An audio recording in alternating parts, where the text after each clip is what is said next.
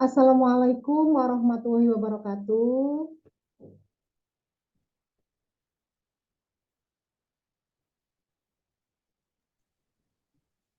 Assalamualaikum warahmatullahi wabarakatuh, Bapak Ibu. Waalaikumsalam. Waalaikumsalam Waalaikumsalam warahmatullahi warahmatullahi wabarakatuh. Alhamdulillah, saya ketemu Bapak Ibu semua. Mohon maaf, saya agak terlambat beberapa menit karena saya itu dari kelas Riau, Bapak Ibu. Jadi link Zoom-nya itu berbeda sehingga untuk masuk ke Zoom itu butuh waktu. Padahal ini saya sudah menggunakan dua laptop. Oke, tidak apa-apa. Apakah suara saya terdengar jelas, Bapak Ibu? Jelas, Bu. Oh ya, alhamdulillah kalau Jelas, Bu. Jelas, Bu. Oke, Bapak Ibu tadi sudah saling berkenalan, sudah juga mengetahui overview dari pelatihan ini, ya kan Bapak Ibu. Nah, sekarang kita ice breaking dulu Bapak Ibu. Barangkali Bapak Ibu di kelas 0908 Jawa Barat ini ada yang mau mengajak temannya ber-ice breaking, silahkan ada Bapak Ibu. Biasanya ibu-ibu guru itu kreatif loh kalau diajak seperti itu, misalnya mau menyanyi atau apa gitu. Silahkan Bapak Ibu. Boleh, boleh.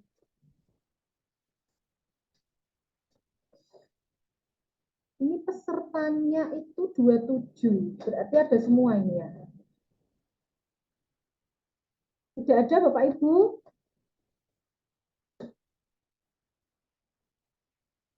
Halo, cek, cek. Nah, Hadir, Bu. ya kalau tidak ada, kita coba mau ice breaking sebentar, pakai orang ketiga ya Bapak Ibu. Clue-nya adalah orang ketiga sangatlah penting. Menyebutkan orang ketiga sangatlah penting Bapak Ibu. Nah, itu clue-nya ya Bapak Ibu ya. Misalnya, orang pertamanya Ibu Siti Rohmah. Orang keduanya Ibu Siti Asma. Siapa orang ketiganya Bapak Ibu? Ayo boleh menjawab, dibuka mikrofonnya yang bawah. Di-unmute Bapak Ibu silahkan. Bu Nina. Ya?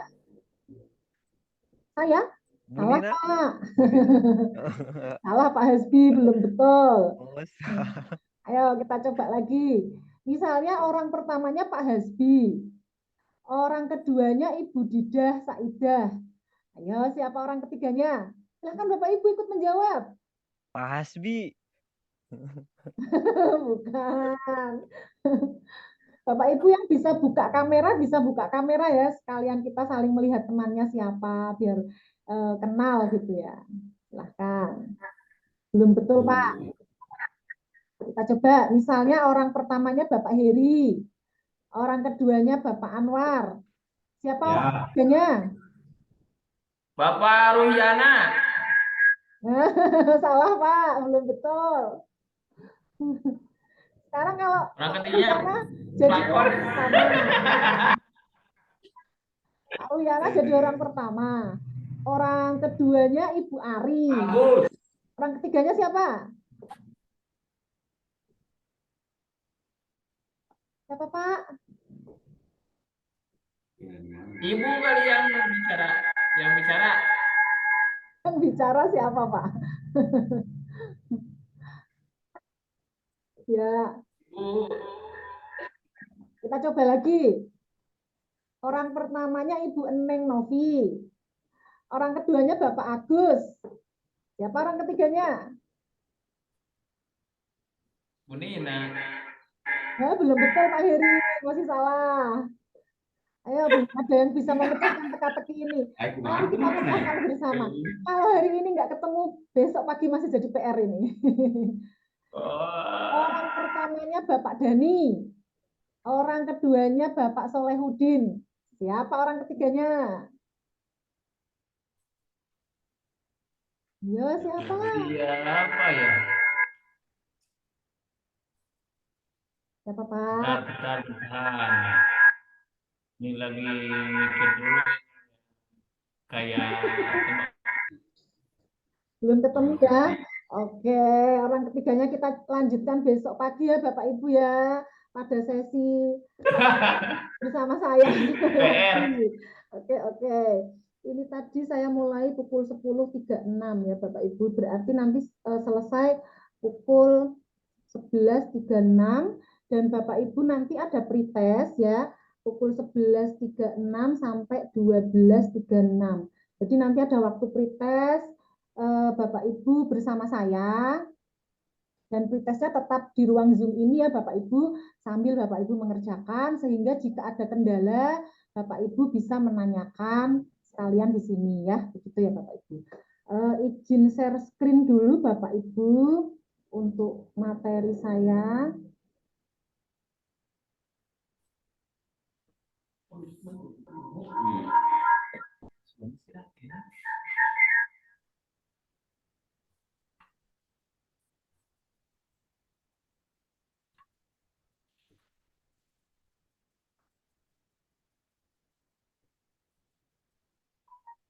Selanjutnya kita ada pada materi AKMI sebagai tes diagnosis pada siswa madrasah Bapak Ibu. Kalau tadi Bapak Ibu sudah saling kenal di kelas ini ya kan Bapak Ibu. Lalu Bapak Ibu sudah tahu tentang overview pelatihan. Salah satunya Bapak Ibu nanti harus aktif di dalam kelas ya Bapak Ibu ya. Karena keaktifan Bapak Ibu itu nanti menjadi nilai dari kelulusan Bapak Ibu pada pelatihan selama 5 hari ini ya. Jadi saya harapkan pada sesi ini Bapak Ibu bisa aktif menjawab dan berpendapat. Silahkan nanti saat berpendapat Bapak Ibu bisa klik reaction, klik raise hand yang gambar tangan seperti ini ya Bapak Ibu ya. Kalau sudah selesai menjawab bisa diklik yang lower hand, diturunkan. Seperti itu Bapak Ibu.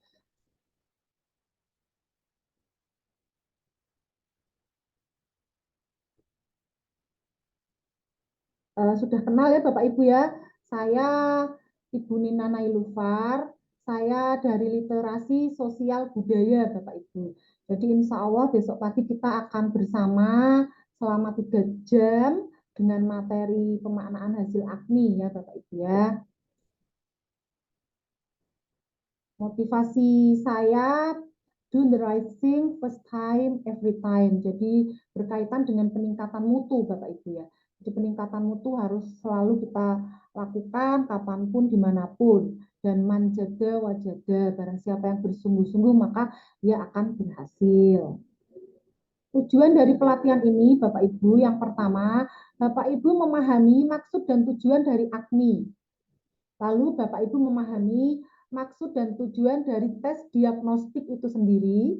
Dan yang terakhir, Bapak Ibu bisa memahami dan menjelaskan fungsi AKMI sebagai tes diagnostik siswa madrasah.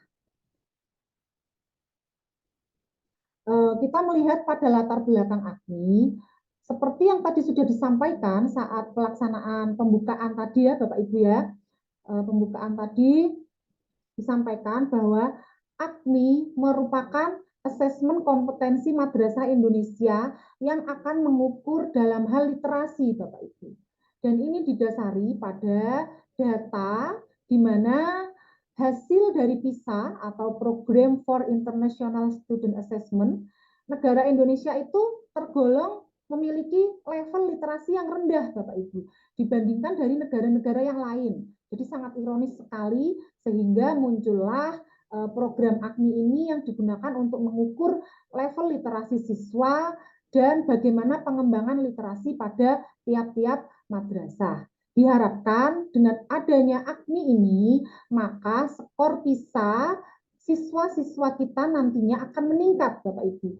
Sehingga skor PISA pada negara kita juga akan mengikuti, sehingga kita tidak tertinggal dengan negara-negara lain. Jadi itu merupakan latar belakang mengapa AKMI itu diadakan dan mengapa AKMI itu sangat penting, Bapak Ibu. Nah, selanjutnya di sini ada gambar, 2 gambar ya Bapak Ibu. Silahkan Bapak Ibu bisa berpendapat. Menurut Bapak Ibu, Apa yang berkaitan dengan gambar tersebut? Yang ada di pikiran Bapak Ibu yang bisa Bapak Ibu sampaikan berkaitan gambar itu? Silahkan Bapak Ibu bisa raise hand. Ya, Bu. Ya, klik raise hand Pak biar saya terlihat. Oke. Bapak Heri Kusairi, silahkan. Ini sambil saya mengabsen. Pak Heri. Ya, itu sepertinya pemeriksaan kesehatan ya oleh dokter. Cek jantung kayaknya.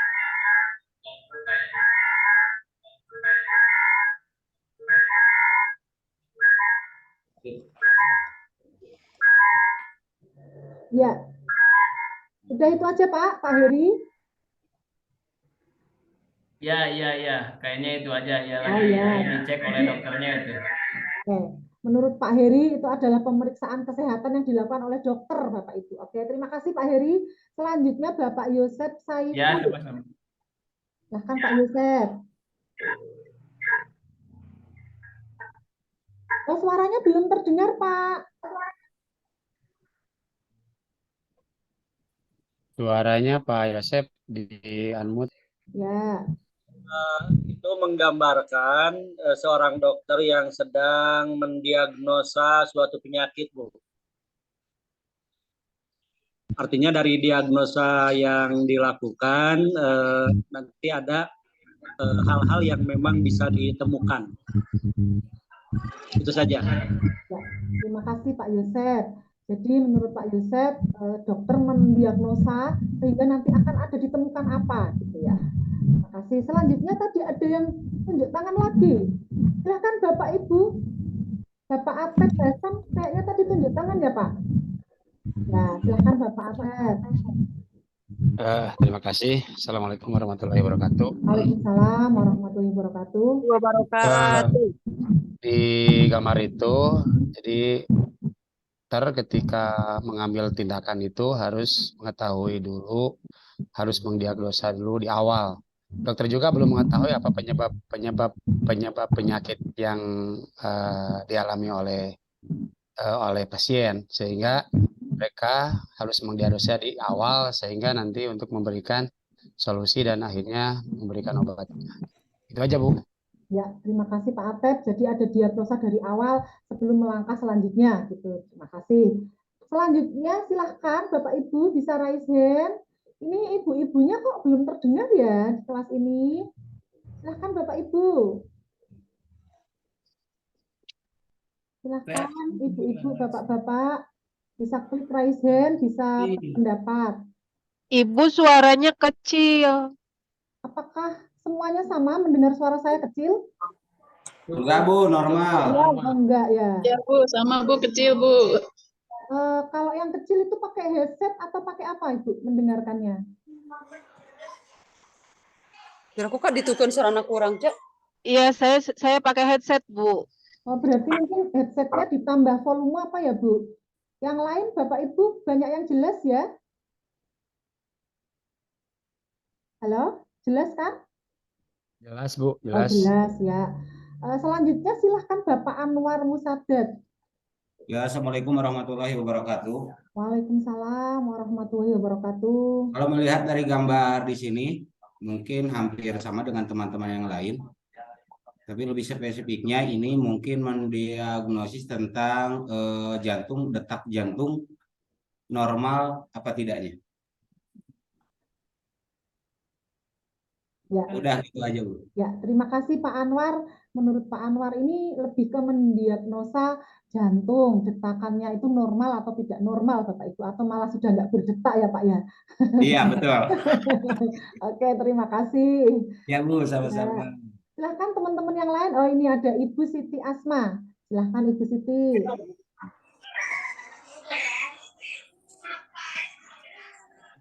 Adalah seorang dokter yang sedang memfungsikan profesinya sebagai seorang dokter, itu memeriksa pasien. Ya, jadi menurut Ibu Siti Asma, dokter yang sedang menjalankan profesinya sebagai seorang dokter. Ya. Oke, terima kasih Ibu Siti. Siapa lagi Bapak Ibu? Silahkan. Ibu Ari Mayasari, silahkan Ibu Ari. Assalamualaikum warahmatullahi wabarakatuh. Saya Arifin Waalaikumsalam. Asari. Saya membaca brainstorming yang ada di gambar tersebut bahwa sebagai seorang dokter harus memiliki antisipasi dan tidak gegabah dalam mengecek pasien. Dan sebagai pasien pun harus memiliki antisipasi dari awal atau general check up, jantung dan sebagainya supaya keseluruhan umat manusia ini terpantau aman dan nyaman, baik dari sisi pasiennya ataupun dokternya itu sendiri. Seperti di Jepang, tidak ada jarang rumah sakit karena semuanya pada sadar sebagai dokter dan sebagai pasien, mereka sangat teliti dalam hal kesehatan. Terima kasih. Ya, terima kasih Ibu Ari. Jadi ini antisipasinya nggak cuma dokternya saja, tapi pasiennya juga harus tahu diri ya Bu ya, sehingga nanti nggak ada pasien, dokternya nggak ada pekerjaan karena semuanya sehat gitu ya Bu ya. Oke, oke. Selanjutnya silahkan Bapak Ibu. Ibu Linlin, silahkan Ibu. Ya, Bu. Kalau saya, ya, kalau melihat dari penampilan itu, pertama seorang dokter itu mendiagnosis dulu dari diagnosis awal. Selanjutnya dilanjutkan dengan diagnosis langsung ke jantung, karena dia ada, mungkin setelah didiagnosis awal, dia ada masalah di jantung, maka dia memeriksa langsung ke jantungnya gitu. Yang ada di gambar sebelah kiri, kalau yang di gambar sebelah kanan, ketika bajunya masih tertutup, dia mendiagnosis di awal dulu gitu. Itu saja Bu, terima kasih. Ya, terima kasih Ibu Linlin. Jadi diagnosanya tidak hanya di awal tapi bisa berkelanjutan begitu ya Ibu ya. Selanjutnya Bapak Hasbi, silahkan. Ya Bu, Assalamualaikum warahmatullahi wabarakatuh. Mohon maaf Waalaikumsalam. mengganggu. Sinyalnya kurang stabil. Ya, Nah, untuk masalah dari kedua gambar tersebut, di sana terdapat ada dua masalah yang berbeda, Bu. Kalau pada gambar yang pertama, di sana menunjukkan bahwa ada seseorang yang sedang diperiksa di bagian mata kalau nggak saya, atau bagian atas. Untuk masalah yang kedua, itu ada pada bagian detak jantung. Ada kemungkinan orang tersebut mengalami penyakit pada jantungnya. Nah, hal tersebut menunjukkan bahwa ketika kita menyelesaikan masalah itu harus sesuai dengan apa yang ada gitu, Bu. Jadi kan kalau di sana itu ada dua, berarti kita menindaklanjutinya itu harus dengan apa yang sesuai dengan keadaan tersebut. Jadi tidak bisa menyamakan kedua halnya. Seperti itu, Bu. Sekian, terima kasih. Assalamualaikum warahmatullahi wabarakatuh.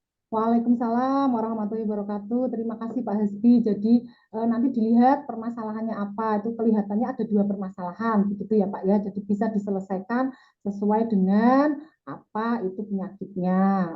Oke, maaf Pak Hasbi, di sini kok namanya nggak ada ya? Pak Hasbi menggantikan siapa ya? Ada, Bu, MA. di kelas 09 kan 0908. Ini 08, 09 kan? Pak Hasbi kok nggak? 08. Sebentar. 0908. 0908 betul. Ya. Temennya satu madrasah siapa Pak di sini? Pak Iwan Sutiawan. Pak Iwan Sutiawan ada. Ya. Oh iya, Pak Hasbi bukan di sini kayaknya. Pak Hasbi di sini kok nggak ada ya? Tapi Iya. kalau di grup Pak tadi ada kalau nggak salah di grup yang screenshot yang nama kelas. Iya.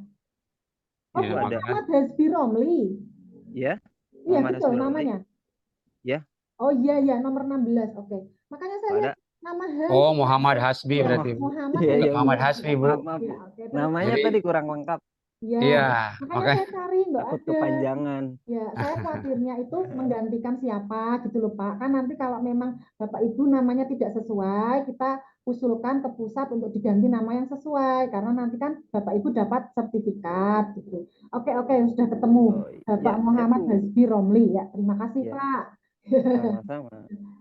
Silahkan Bapak Ibu yang lain. Kita masih di gambar yang ini. Sudah cukup? Saya coba, Bu. Ya, silahkan Bapak Ridwan. Silahkan Ya, Pak. namanya ini dokter dia akan memastikan apa yang sebenarnya menjadi masalah bagi pasiennya. Tapi dia tidak langsung memastikan apa yang sedang terjadi, kecuali dia harus mendiagnosa dulu untuk memastikan tindak lanjut supaya tepat nanti apa yang harus ditindaklanjuti. Maka langkah-langkahnya adalah tentu saja yang pertama mendiagnosa untuk memastikan apa yang sebenarnya menjadi keluhan pasiennya itu. Saya kira itu ya, Bu, menurut saya. Ya, terima kasih Pak Ridwan. Menurut Pak Ridwan itu dokternya mendiagnosa dulu lalu menentukan langkah-langkah apa yang tepat setelah berdasarkan hasil diagnosa tersebut. Oke, terima kasih. Ya. Teman-teman yang lain ada yang akan menanggapi lagi? Oke, tidak ada. Jadi benar Bapak Ibu, dari gambar itu kita lihat memang dilakukan suatu pemeriksaan atau diagnosa awal oleh seorang dokter ya, profesi dokter, sebelum menentukan bagaimana langkah-langkah dari penyelesaian penyakit atau permasalahan yang diderita oleh pasiennya, seperti itu. Jadi Bapak Ibu sudah luar biasa sekali tadi menafsirkan dua gambar ini ya, dan sangat lengkap sekali. Selanjutnya kita akan berpendapat berkaitan dengan apakah yang Bapak Ibu ketahui tentang tes diagnostik, apakah ada istilah lulus dan tidak lulus dalam tes diagnostik ini? Silahkan Bapak Ibu bisa raise hand. Saya harap semuanya bisa berpendapat ya Bapak Ibu ya. Saya Bu. Saya Ridwan. Silakan Pak Ridwan. Ya. Jadi sebenarnya diagnostik ini tidak ada kaitan dengan lulus atau tidak lulus, tapi lebih kepada diagnosa atau bersifat diagnosa untuk kemudian nanti akan ditindaklanjuti apa sesungguhnya yang harus dilakukan agar tepat gitu. Jadi tidak asal penanganan, tapi harus diawali dengan diagnosa dulu, kemudian nanti setelah diketahui apa yang sebenarnya kalau berkaitan dengan kekuatan dan kelemahan, kekurangan dan kelebihan, agar nanti di follow up dengan tepat gitu. Jadi tidak asal disamaratakan. Saya kira mungkin itu yang untuk pentingnya diagnosa itu untuk ditindaklanjuti. Jadi tidak ada kaitan dengan lulus tidak lulus. Itu mungkin Bu. Terima kasih. Terima kasih Bapak Ridwan. Selanjutnya silahkan Bapak Yosef Saiful. Ya, menurut saya itu Bu, terkait dengan tes diagnostik itu adalah suatu tes untuk mendiagnosa sesuatu. Suaranya kurang keras Pak. Ya.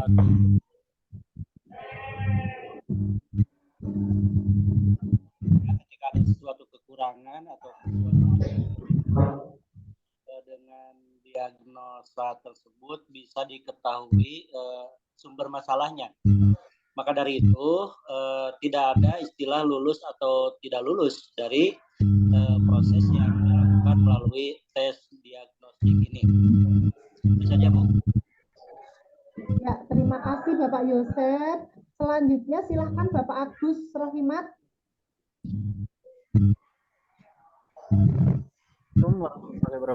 Waalaikumsalam warahmatullahi wabarakatuh. Yang dimaksud dengan tes diagnostik adalah menemukan kekuatan dan kelemahan.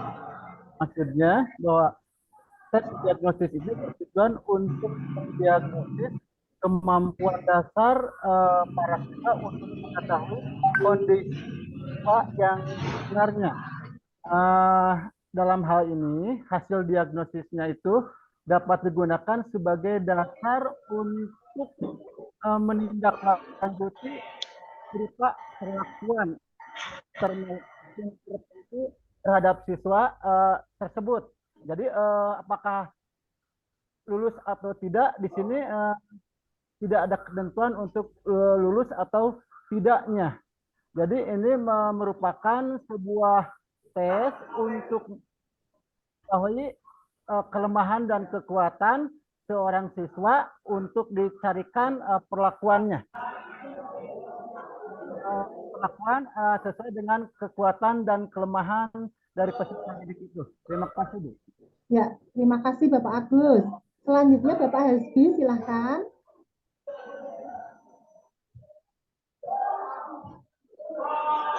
Oh iya Bu, Silahkan. ya. Untuk beberapa pendapat yang tadi saya sangat setuju. Hanya ingin sedikit menambahkan. Yang pertama tadi untuk tes ya diagnosis sendiri itu memang untuk kelulusan itu tidak terlalu diperlukan ya Bu, atau tidak ada juga. Kemudian untuk tes diagnostik itu dirancangnya itu untuk memudahkan guru ya, karena kita sebagai tenaga pengajar. Jadi untuk memudahkan guru ketika mengidentifikasi kelemahan dan kelebihan gitu Bu, yang dimiliki oleh siswa pada saat pembelajaran. Nah, untuk tes diagnostik ini sebenarnya memiliki beberapa tujuan ya yang lumayan spesifik. Di antaranya itu karena kita sebagai guru untuk mengidentifikasi Bu capaian kompetensinya gitu Bu, untuk menyesuaikan pembelajaran, kemudian minat, bakat siswa, serta dari sisi psikologis juga kita harus mengetahui apakah lingkungan tempat belajar atau bahkan lingkungan keluarga atau lingkungan siswa tersebut baik atau tidak, sehingga kita dapat tahu untuk sisi dari emosionalnya Bu. Sekian, terima kasih. Assalamualaikum warahmatullahi wabarakatuh. Waalaikumsalam warahmatullahi wabarakatuh. Terima kasih Bapak Hasbi. Selanjutnya Ibu Titin Sugiyarti. Silakan Ibu Titin. Cek. Ibu Titin ada nggak? Terima kasih Ibu. Oh ya, ada. Kalau menurut saya, betul kata tadi Bapak. Ya Ibu. Ya. Ya Ibu, ada? Ya. Menurut saya, betul kata tadi Bapak-Bapak yang tadi jelaskan ya Ibu ya.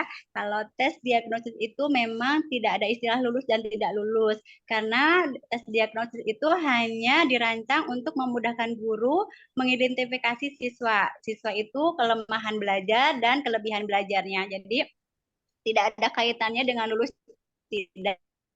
Hanya guru itu menetapkan nanti tindak lanjut seperti apa yang harus ditetapkan untuk siswa tersebut, apakah siswa tersebut itu memiliki kelebihan dalam belajar atau siswa tersebut memiliki itu Ibu.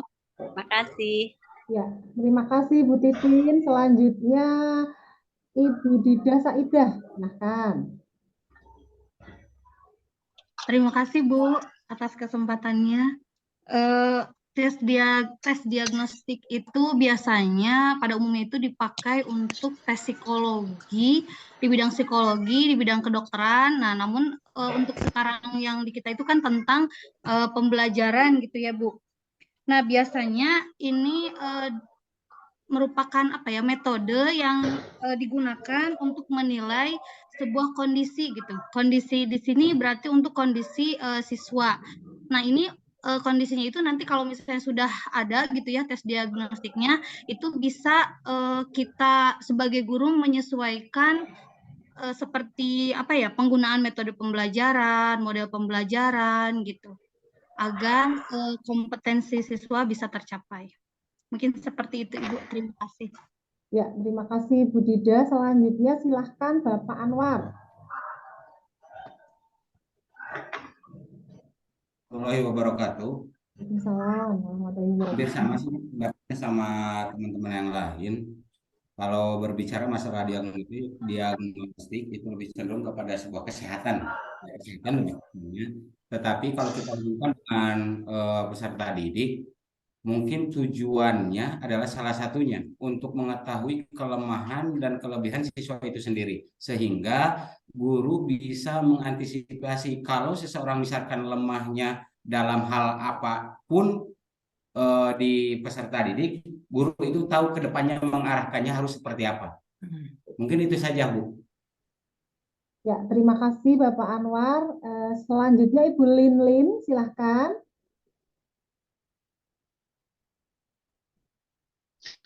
Ya Bu, terima kasih. Kalau menurut saya Awalnya iya tes diagnostik itu dipakai untuk di bidang kedokteran, tetapi berhubung ilmu pengetahuan sekarang sudah semakin berkembang, maka ini juga digunakan untuk bidang pendidikan. Kemudian ketika seorang guru itu memberikan tes kepada peserta didik, kemudian biasanya nanti peserta didik itu guru itu akan menentukan seperti apa metode kemudian model pembelajaran yang digunakan oleh peserta didik, karena sekarang kan ada diversi perbedaan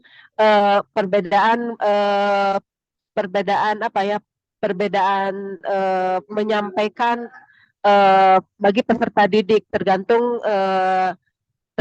kapasitas dari peserta didik itu sendiri. Jadi tes diagnostik itu bukan untuk kelulusan atau tidaknya dalam sebuah tes. Ini hanya sekedar untuk mengetahui seberapa jauh, seberapa terdapat di tingkat apa peserta didik itu, sehingga kita bisa dengan mudah menyampaikan pembelajaran itu sesuai dengan kemampuan dan kapasitasnya. Begitu Bu, terima kasih. Ya, terima kasih Bu Linlin. Dan selanjutnya Bapak Heri Kusairi, silahkan.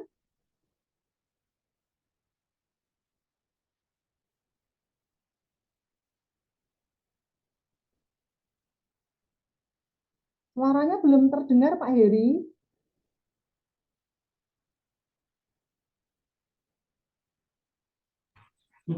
Halo, cek sound. Ya, masuk. Ada Bu? Ya, sudah terdengar. Silahkan. Kecilin Pak, dikecilin sedikit Pak. Kecilin. Kemana yang kecil? Bentar sih.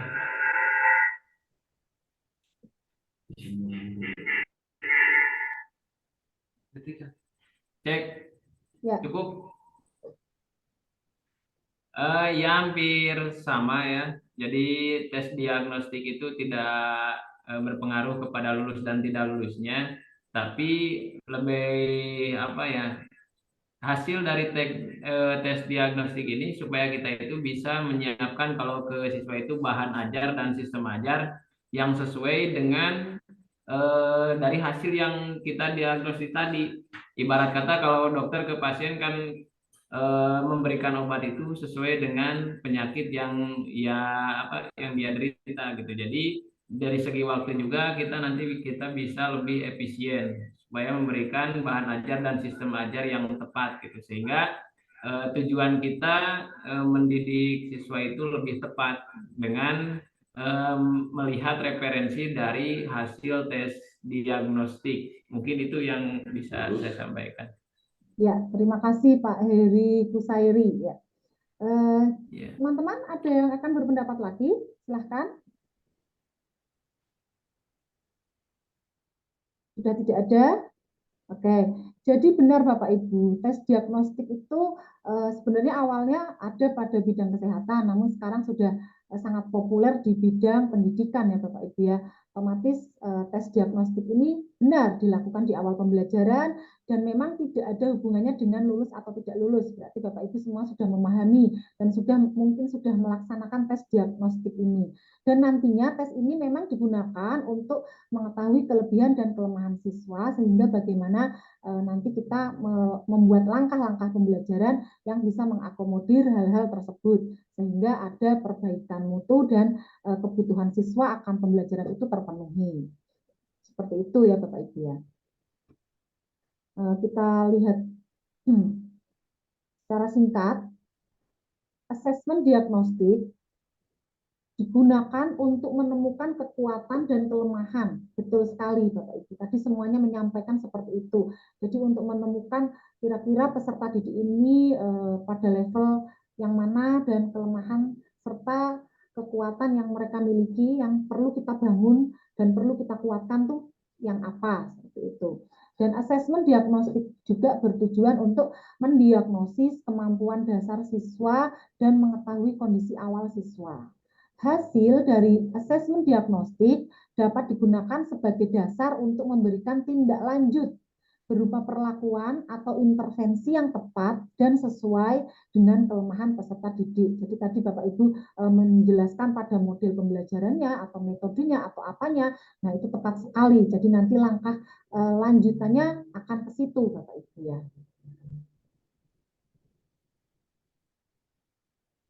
Selanjutnya Bapak Ibu silahkan berpendapat. Bagaimana pendapat Bapak Ibu tentang AKMI? Apa perbedaan dan persamaan AKMI dengan AN, Asesmen Nasional atau ANBK? Silahkan Bapak Atep Hasan. Pak Anwar, lower hand dulu atau mau berpendapat lagi silahkan. Nanti setelah ini ya Pak Anwar. Pak Atep silahkan. Terima kasih, Bu. Berkenaan dengan AKMI, ada beberapa perbedaan dan persamaan. Kalau untuk perbedaan, kalau AN itu miliknya Kemendikbud Ristek Dikti, kalau untuk AKMI itu produk Kementerian Agama. Terus yang kedua, dari pesertanya yang berbeda. Kalau di AN itu hanya perwakilan dari setiap satuan pendidikan, walaupun sama jenjangnya kelas 5 MI, 8 MTS, dan 11 MA.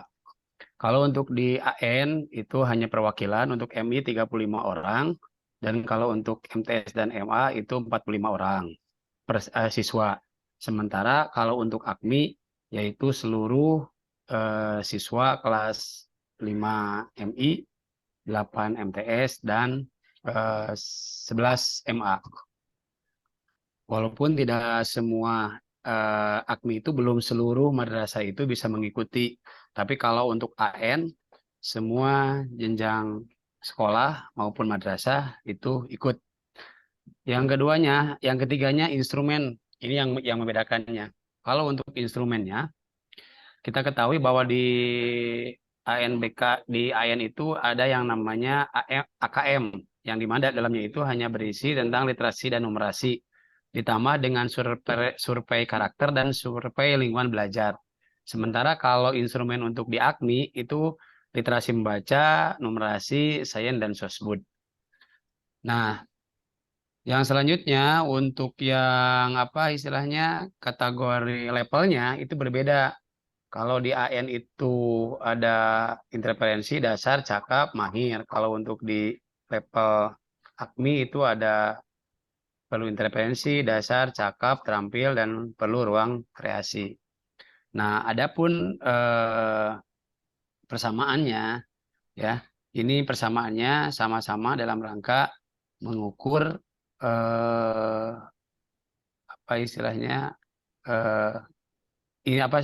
penilaian untuk menghasilkan informasi perbaikan sistem pembelajaran di madrasah, mulai dari level kelas, terus sampai dengan yang lainnya. Dan untuk melihat kemajuan belajar peserta didik selama kurun waktu tertentu di madrasah atau di sekolah tersebut. Itu aja mungkin, Bu. Ya, yang terima dapat kasih saya Pak Atep. sampaikan. Terima kasih. Lengkap sekali ya, terima kasih. Silakan Bapak Ibu yang lain. Ditunggu pendapatnya Bapak Ibu berkaitan dengan AKMI dan AN. Silahkan. Bapak Ridwan, silahkan Pak Ridwan. Assalamualaikum warahmatullahi wabarakatuh. Waalaikumsalam warahmatullahi wabarakatuh. Saya sepakat dengan Pak Atep karena baru pemula. Ini siapa dulu?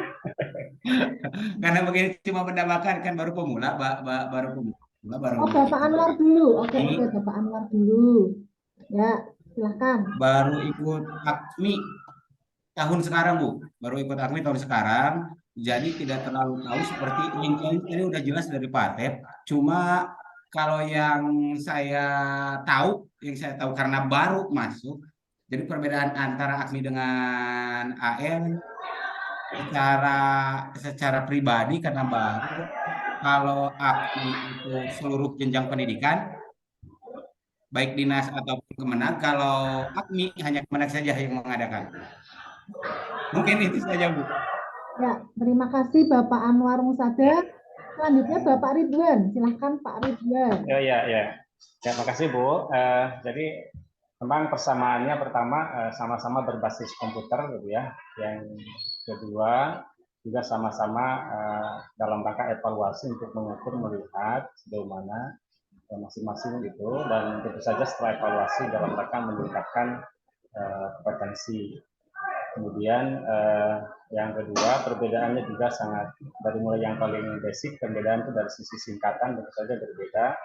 Kemudian sasaran AKMI itu ke seluruh siswa, sementara AN itu sebahagian dan bersifat sampel saja. Kemudian penyelenggara, kalau AKMI itu tadi dari Kemenak, kalau ANBK dari Kemendikbud. Sementara instrumennya juga betul tadi, instrumen itu kalau AKMI itu ada 4 literasi, yaitu numerasi, baca, sosial budaya, dan sains. Sementara ANBK itu simpel saja 2, itu literasi dan numerasi. Itu mungkin Bu, terima kasih. Ya, terima kasih Pak Ridwan. Bapak Ibu yang lain, silakan. Ini ibu-ibunya belum terdengar suaranya ini. Kelas ini banyak bapak-bapaknya ini.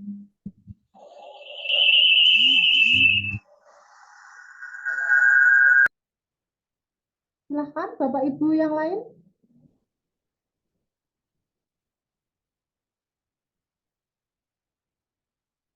Silahkan Bapak Ibu bisa memberi pendapatnya. Silahkan raise hand.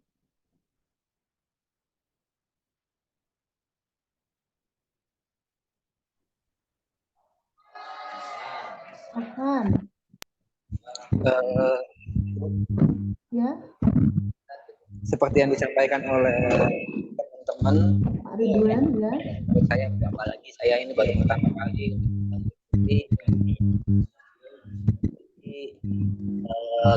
Kebanyakan dari baru langkah baiknya kita terima aja darinya. Begitu kira-kira. Ya, ini tadi Pak siapa? Pak Yosef ya? Iya, Bu. Ya. Menurut saya titik persamaan antara AKMI dengan AN itu sama-sama untuk mengukur sebuah kompetensi dari peserta didik berdasarkan literasi yang mereka miliki. Sedangkan perbedaannya untuk AN itu bersifat terbatas, tetapi untuk AKMI itu lebih luas lagi. Bahkan literasinya pun mencakup berbagai literasi numerasi, terutama yang membedakan antara AKMI dengan AN. Itu saja Bu, makasih. Ya, terima kasih Bapak Yosef. Bapak Ibu yang lain ada yang masih berpendapat?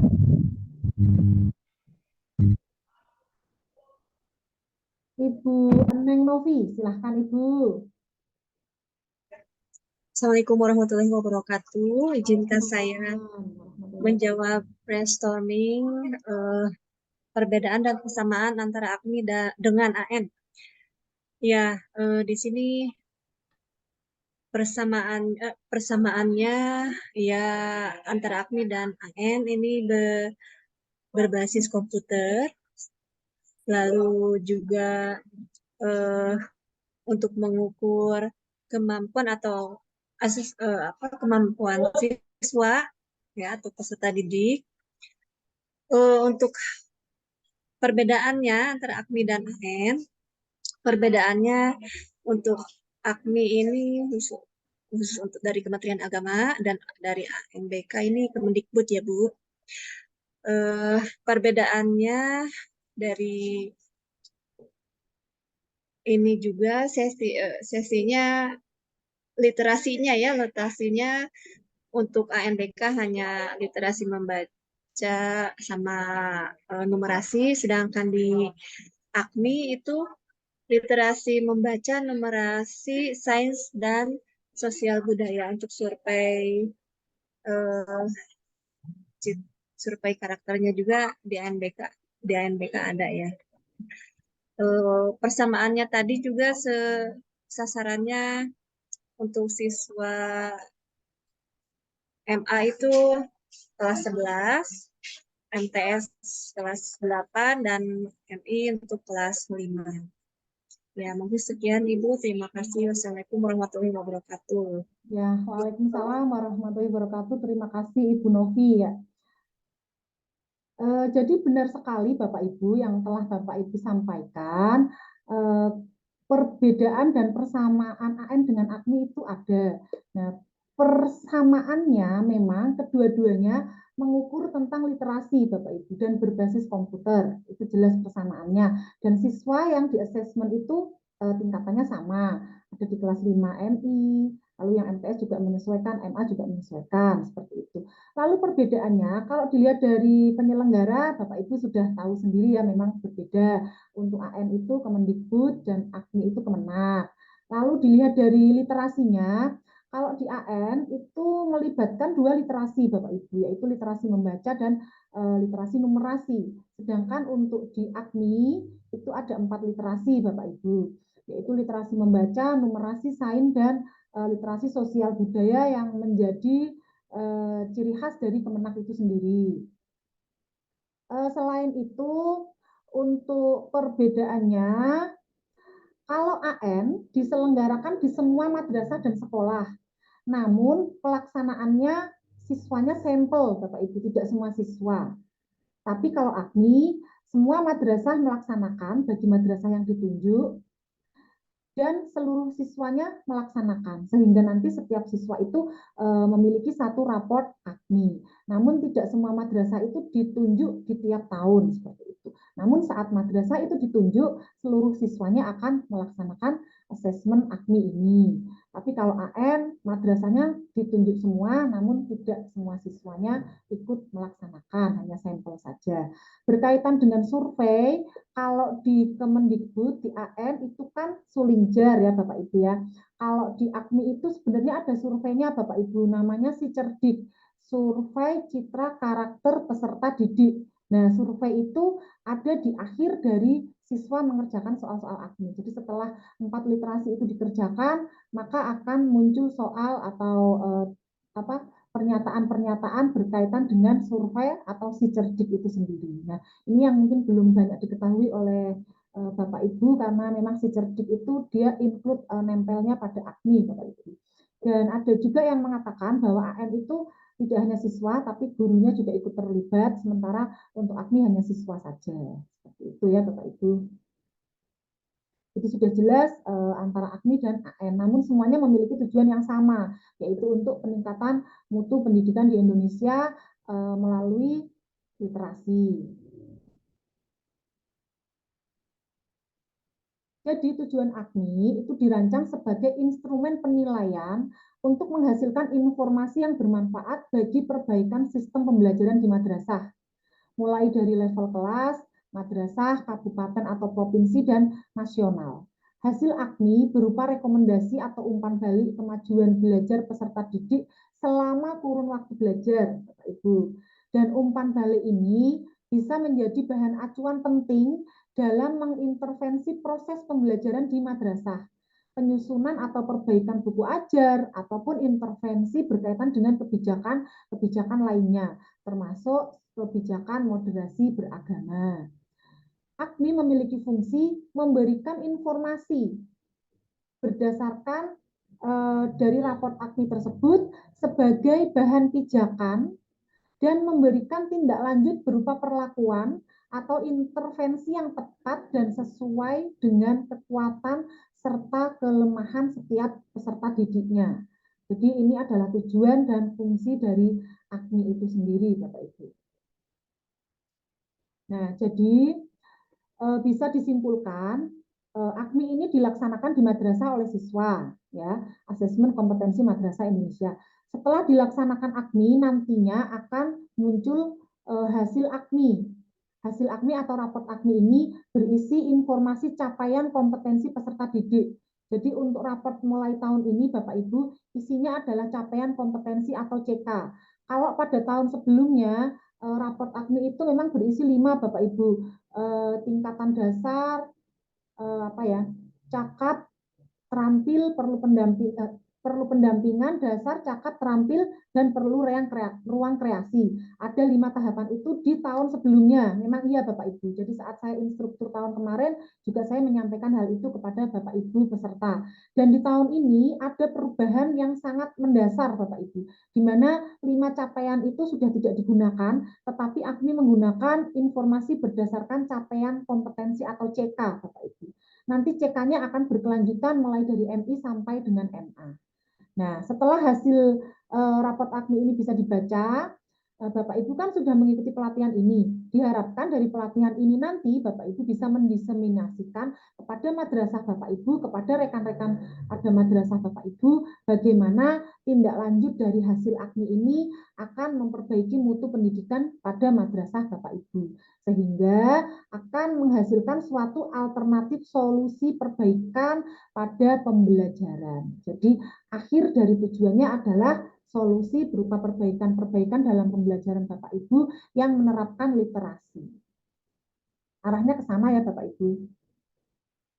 Sekarang kita pahami berdasarkan kompetensinya.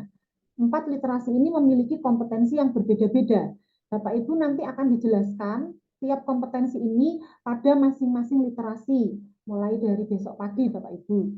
Untuk literasi membaca, kompetensi yang bisa dikembangkan adalah menemukan dan mengakses, menginterpretasikan dan mengintegrasikan, mengevaluasi dan merefleksi.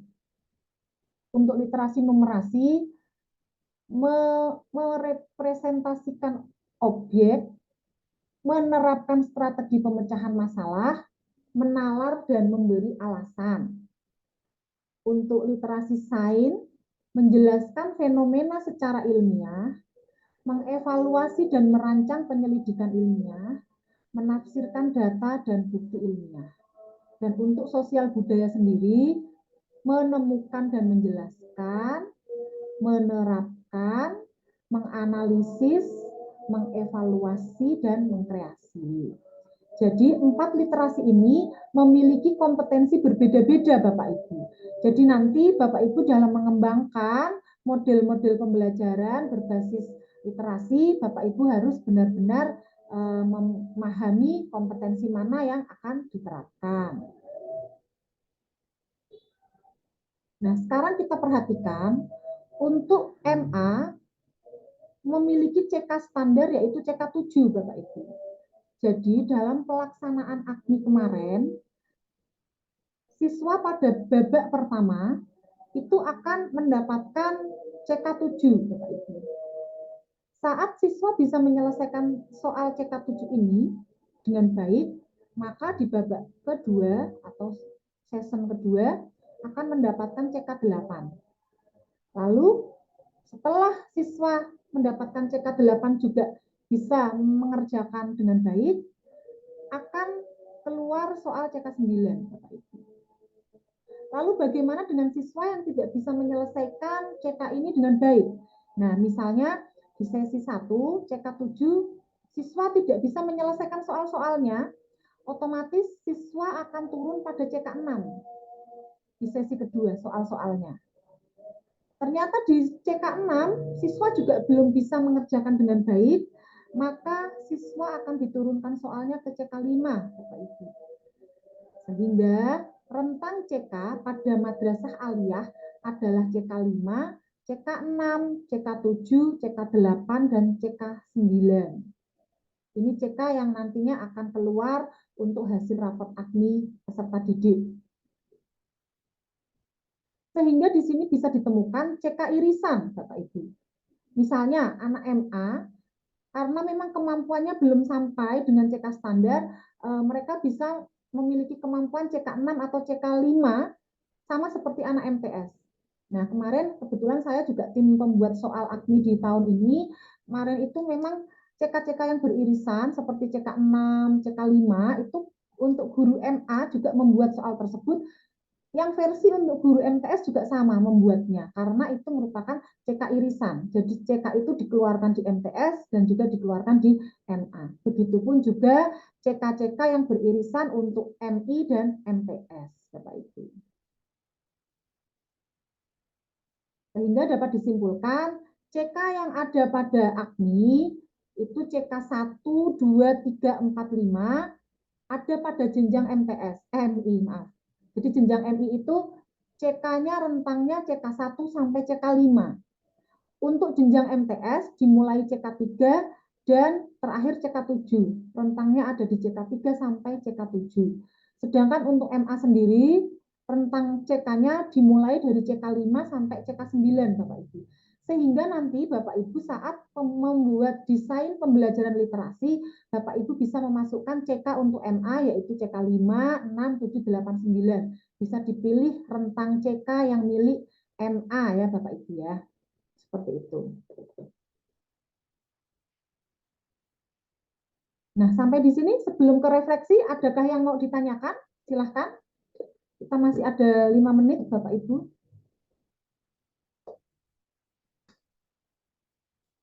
Jelas ya Bapak Ibu, tidak ada yang ditanyakan? Oke. Mau izin ini Bu, Oh, izin silakan. ini. Untuk hari ini kan kita sampai jam 11.30 ya Bu ya? 12 Jadwal. Pak. Ya, sampai pretest selesai. Oh iya. Ya, gitu Pak. Kalau tidak ada yang ditanyakan berkaitan materi AKMI sebagai tes diagnosis pada madrasah, mari kita refleksikan bersama-sama Bapak Ibu. Silahkan ada 1 atau 2 orang yang bisa mewakili untuk mereview kembali materi-materi yang tadi sudah kita pelajari bersama. Silahkan. Bisa raise hand Bapak Ibu?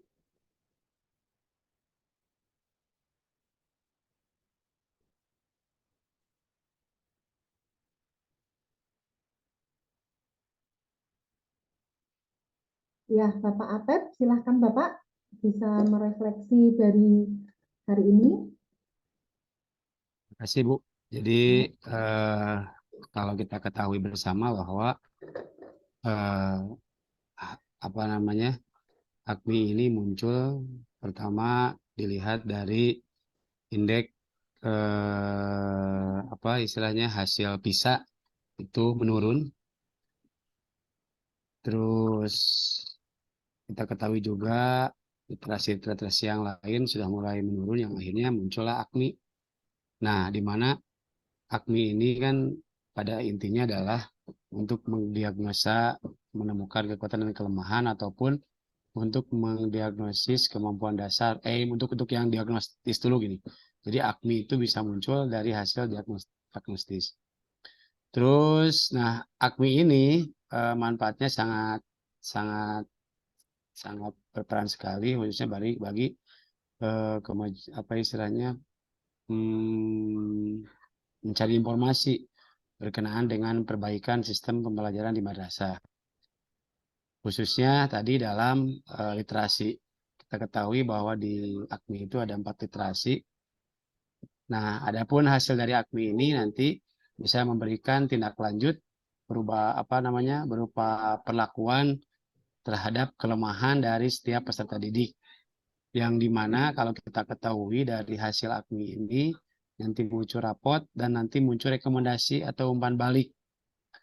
Nanti muncul umpan balik sehingga dari hasil itu nanti akan ada alternatif atau solusi dalam perbaikan pembelajaran khususnya bagi pendidik yang nanti bagaimana caranya meningkatkan nanti literasi membaca, numerasi, sains, dan sosial budaya.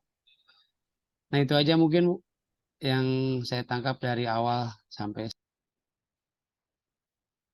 Ya, terima kasih Bapak Atep Hasan. Sudah lengkap Bapak, luar biasa. Sudah mewakili kelas ini. Silahkan, ada satu lagi Bapak atau Ibu, kami persilahkan.